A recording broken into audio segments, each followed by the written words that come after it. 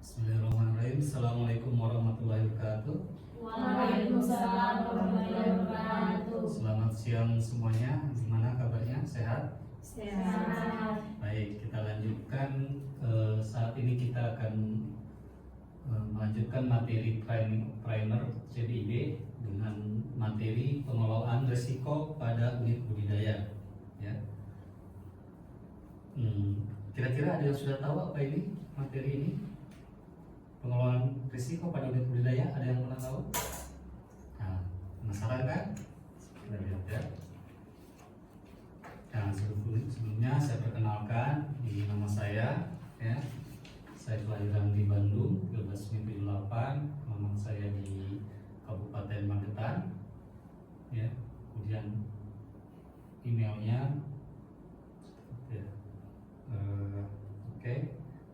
Dan saya berada di instansi Politeknik Kelautan dan Perikanan Solo. Nah, materi ini ya sesungguhnya sedang kita akan pelajari tentang bagaimana kita mengelola resiko, ya, sebuah resiko dalam kegiatan budidaya ikan. Karena setiap apapun kegiatan pasti ada resiko. Nah, ini kita akan belajar di sini. Di sini kita akan belajar proses identifikasi, analisis, pengendalian hingga dokumentasi risiko teknis, biologis, kimia, dan lingkungan. Ya.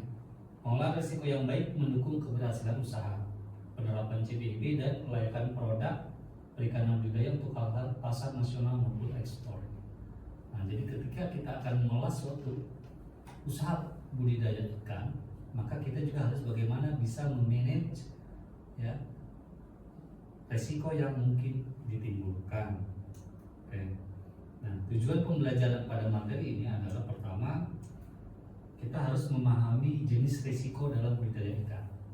Apa saja sih resiko-resiko yang akan mungkin muncul dalam setiap usaha atau upaya budidaya ikan. Kemudian kita harus mampu menilai dan mengklasifikasikan risiko, ya, berdasarkan tingkatannya. Setelah kita identifikasi risiko, kita harus mengklasifikasikannya dan itu pada tingkatannya, apakah termasuk tingkat rendah risiko ini, ya, apakah sedang atau bahkan risiko tingkat tinggi, ya. Kemudian setelah kita mengetahui tingkatannya, kita harus menyusun strategi bagaimana untuk mengendalikan risiko yang muncul tadi. Apa strategi untuk mengendalikan risiko tadi? Dan kemudian yang terakhir, menyiapkan sistem dokumentasi risiko dan mengintegrasikan hasil pengelolaan risiko dalam sistem CBIB. Jadi kita harus merekap, mendokumentasikan jenis-jenis risiko, tingkatannya, strateginya, sampai kemudian penanganannya. Itu harus kita dokumentasikan, rekam semuanya. Ya, ini tujuan pembelajaran kita. Nah, apa itu risiko budidaya?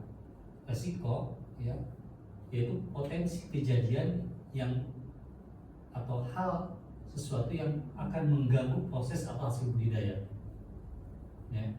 Jadi semacam ancaman ketika kita ada unit melakukan usaha budidaya, ini akan muncul ancaman, risiko, tantangan, ya. Nah, yang dampaknya, ya, risiko ini dampaknya adalah berdampak kepada mutu hasil produk perikanan, kemudian terhadap keamanan pangan dan juga terhadap kesehatan ikan. Ini budidaya. Selanjutnya kita akan kategorikan risiko dalam budidaya. Ya, kategori risiko, yang tadi jenis risiko, ya, itu ada secara biologi, kimia, fisik, lingkungan, dan ekonomi sosial.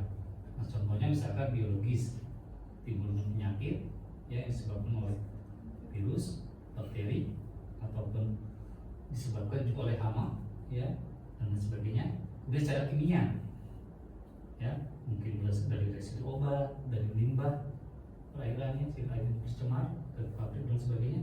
Secara fisik apakah ada risiko secara fisik? Ada. Kebocoran kolam, alat yang rusak, misalkan pompa tidak jalan, alat listrik yang mati, ya, kincirnya tidak menyala. Nah, itu adalah risiko yang mungkin terjadi secara fisik. Kemudian secara lingkungan, tiba-tiba ada hujan, sangat deras, badai, ya, atau mungkin gempa, nah, polusi, ya, polusi udara dan sebagainya. Dan yang terakhir adalah ekonomi sosial. Saat waktunya kita panen, justru harga sedang turun, anjlok. Ini adalah risiko, pasti akan mengalami kerugian. Ya, kita sudah berupaya, ada biaya-biaya yang kita keluarkan, tiba-tiba begitu panen, harga anjlok.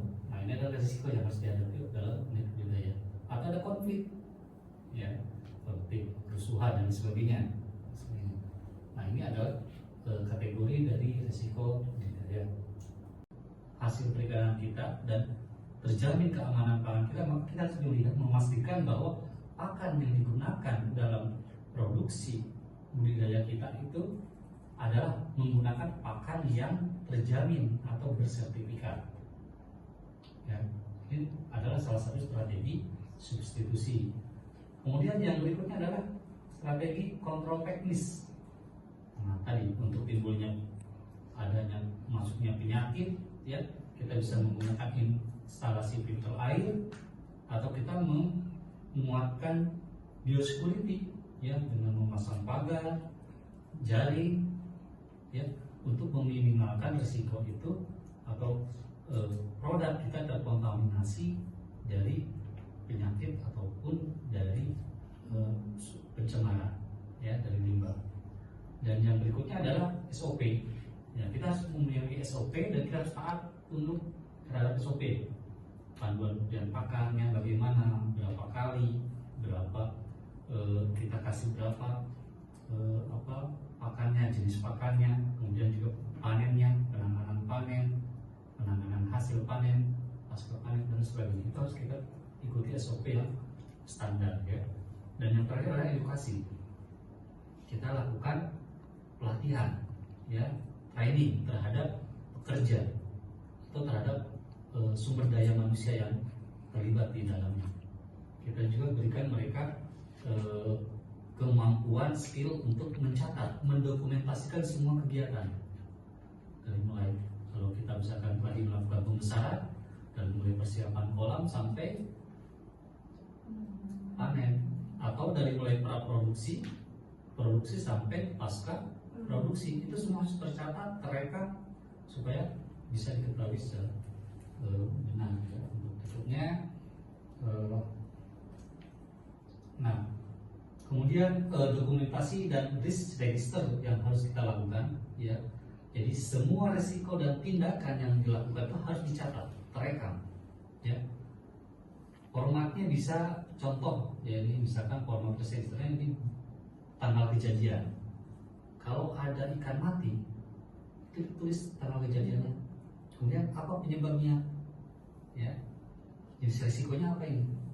Apakah karena penyakit, apakah karena secara biologis, ya, atau secara kimia, misalkan limbah, atau secara tadi kimia, ya, lingkungan, misalkan hujan dan sebagainya, atau yang lainnya. Kemudian lokasinya di mana, ya, dampaknya seperti apa, tindakannya apa, ya, apakah biosecurity-nya yang jebol atau seperti apa, kan.